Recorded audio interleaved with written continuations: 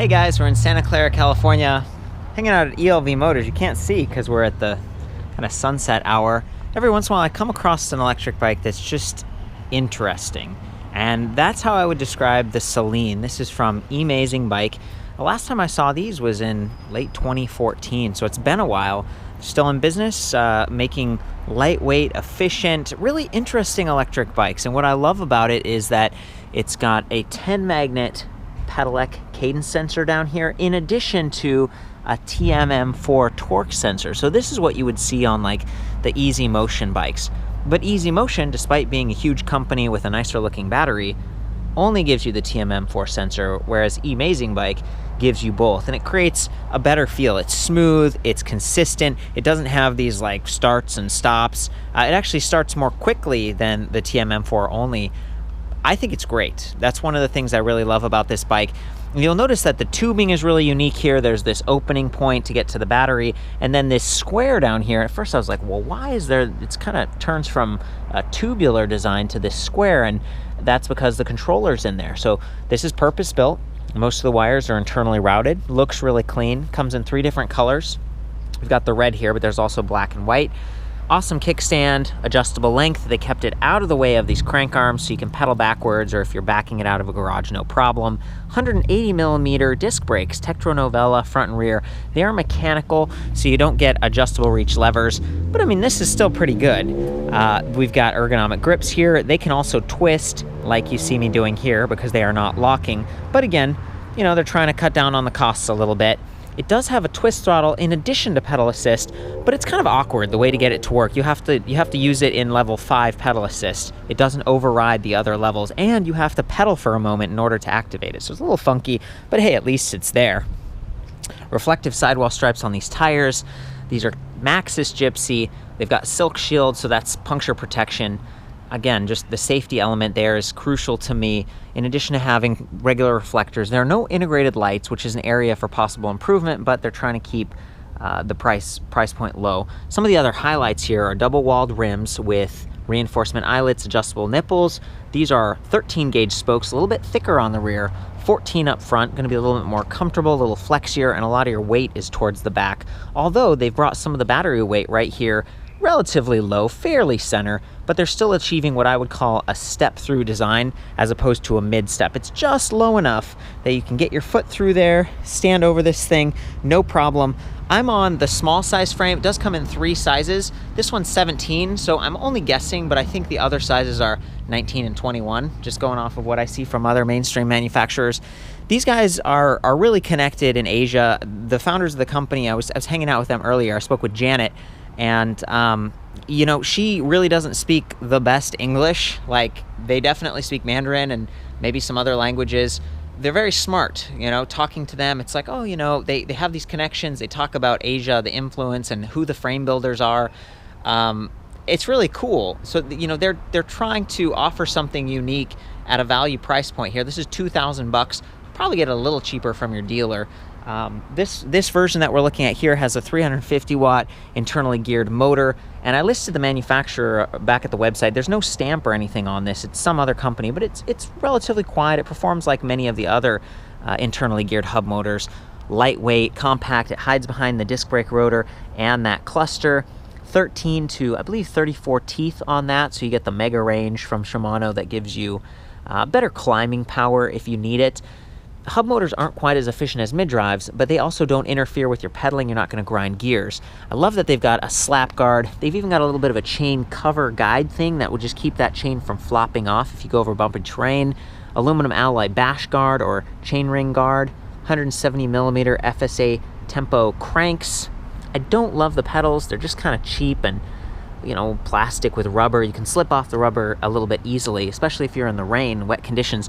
But if you do, you're not going to get your shin all scraped up the way you would on alloy pedals. I do love the fenders. They're beautiful, paint matched, relatively long, going to give you good coverage, and they're tubular. So if you look at the bottom of this one, you can see that it's not just one layer, it's like 2 layers sandwiched together, and then there's a grid pattern inside, kind of like a honeycomb, so it's very strong. These do not rattle, so you can see it's mounted right there, another here, and down there. So aluminum alloy is strong like that while still being relatively light. It can get bent, but it's not going to rattle as much as plastic, and it's not going to rust the way that steel might. This is a rigid fork, but it does have this integrated suspension. Not a lot of travel, but it's better than nothing. It definitely gives you some comfort.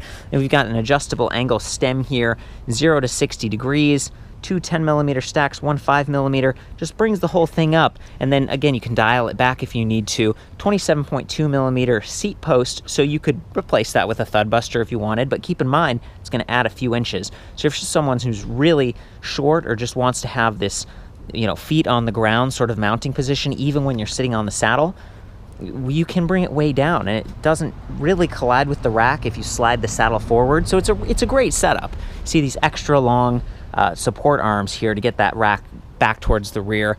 It has the spring latch, but it doesn't say how much weight this is rated for, so I'd estimate 40 pounds. Some of the other ones say 55. Again, I'm just playing it safe here. Those 7 speeds we're talking about, they run off of this Shimano Tourney TX derailleur. That is the bottom of the list. It's the cheapest, sort of simplest derailleur. Doesn't necessarily mean it's bad, it's more basic, might need to be tuned up more frequently. And you can see that the motor has a quick disconnect, so if you have to do service on the rear wheel, maybe fixing a flat or changing the tires, you're gonna have to take this cap off, you're gonna have to have some tools, there's a nut on the other side, and you do just wanna be careful with this cable. See how it's actually making contact with the derailleur? And then we've got this extra wire right here. It gets a little cluttered, and that's why some of the other motor manufacturers moved it to the other side and then tucked it behind the disc brake, because the disc brake also has a cable. And I'm specifically talking about Easy Motion right now. They use the Dapu hub motor, and it just goes right through there. Keeps it a little bit safer. If this bike tips, or if you snag that on something and break it, you're out of luck. Like, you need a new motor or something, and that's gonna be a bummer. So 350 watt nominally rated hub motor, kind of average. Battery pack here. This is 36 volt, 8.7 amp hours, smaller than average, but it also weighs a little bit less, like 4.5 pounds. The entire bike is 48.5 pounds, a little bit heavier than some of their other bikes, but you got the rack, the fenders, all that adds up. This is a very efficient bike, again, in part because it's using the torque sensor, and just the weight and the efficiency of those tires, 700 by 38C, so they're a little bit narrower. The tread pattern is kind of a hybrid, and that comes back to the name. So this is the Selene 73h3h. What does that mean? What does it mean? The 7 means 7 gears, the 3 means 350 watt motor, the H means hybrid, remember those tires? And even just the design, the layout of this, it's not a mountain bike.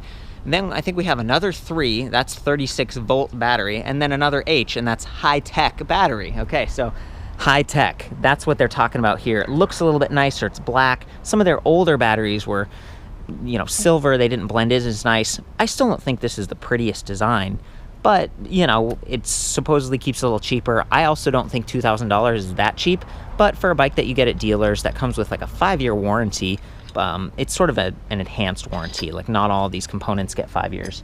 We take out that, I don't know, it's quick release skewer kind of thing, fold this up. This is like unnecessarily complex in my opinion. Shimano has this side mounting battery. It looks nicer than this. It has more capacity than this, but this is cheaper.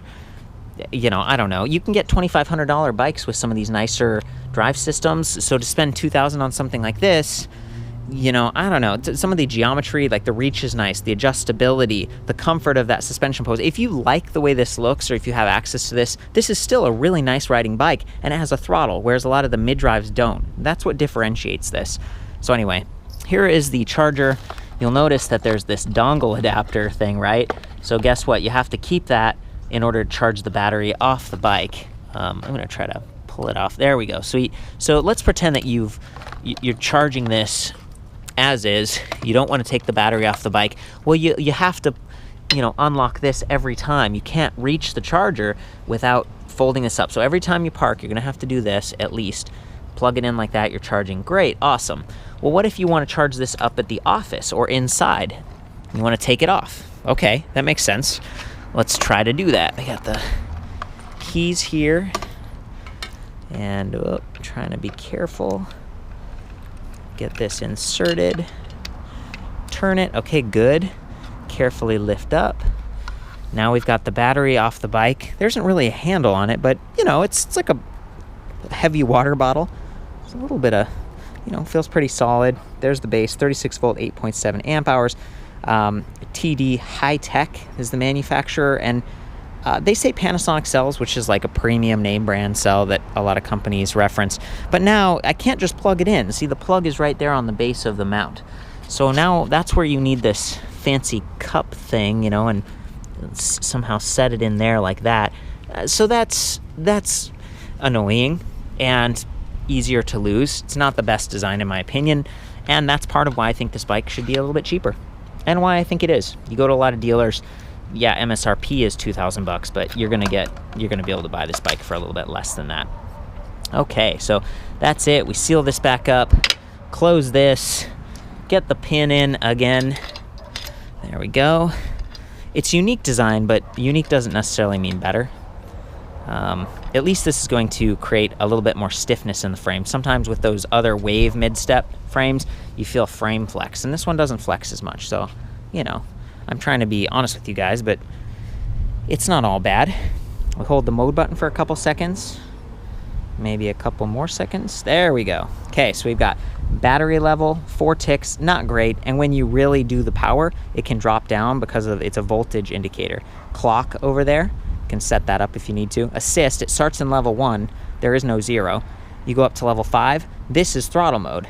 But see, it doesn't work it stands still. You actually have to not only be moving, but also pedal for a second so that those cadence sensors send a read.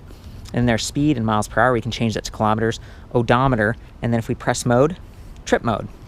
If we want, we can hold mode and up for a couple seconds, and it turns on backlighting on the display, which is pretty cool. You can't see it, but I mean, I can a little bit because of the sun. And then if we hold down for a couple seconds, look at that, walk mode. It's kind of lame. It's not really very smooth. It sort of jumps up to speed, and then it levels off, and then it jumps up to speed. And you know, I see that on a lot of electric bikes. It'd be nice if it was a smooth, steady walk, especially because it's a hub motor. You know, it doesn't rely on the gear that you're in the way that mid drives do. Walk mode sort of changes speed depending on what gear you're in.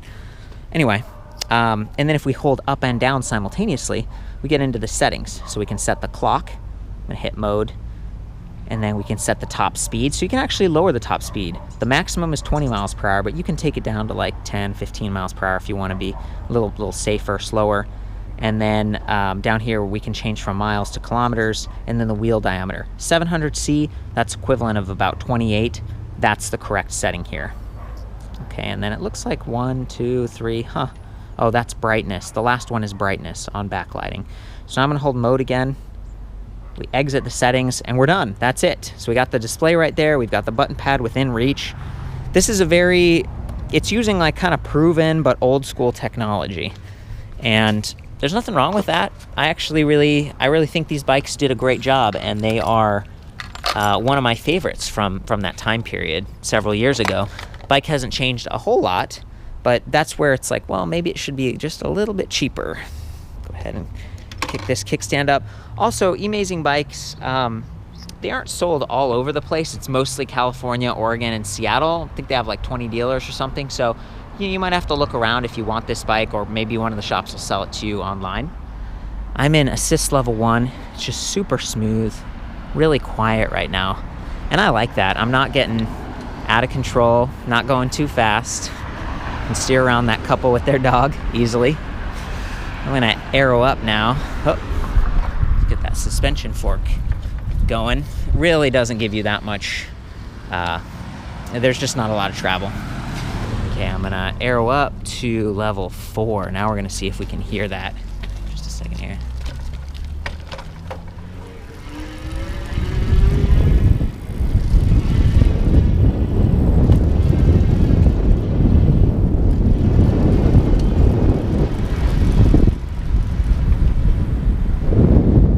Bike's probably on the small side for me, but I like that I don't have to reach really far and stretch myself out. It's a nice upright, comfortable ride. I can look around, enjoy the sights, spot cars and stuff.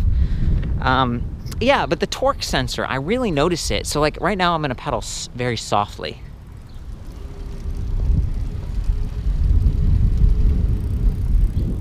I mean, I could hear the motor, but it's not giving me hardly any power. This time I'm gonna push hard.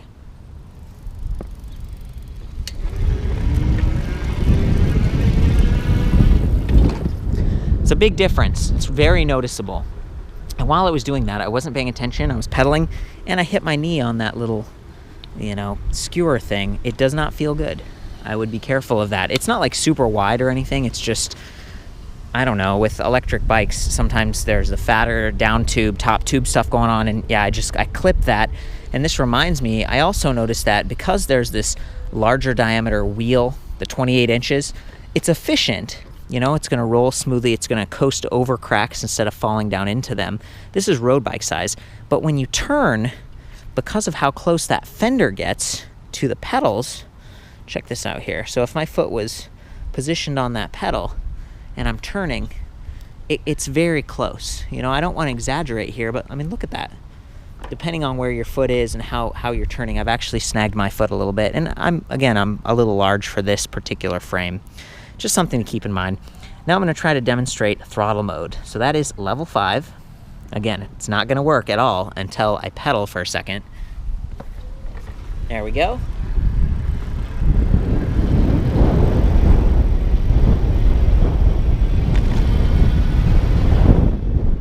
And see, while we're doing that, it went from full battery to just 1 bar, because it's just a voltmeter, so it's not very sophisticated. And now we're up to like 19 miles per hour.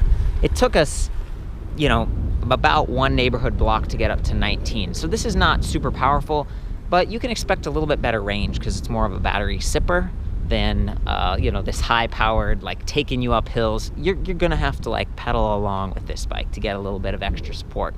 I think that's about it. I still feel like this is unique. I like it. I definitely like the pedal assist sensor, the torque, the cadence sensor. For the full write-up on this and some of the other Emazing electric bikes, I'll see you back at ElectricBikeReview.com. Of course, have fun out there. Ride safe.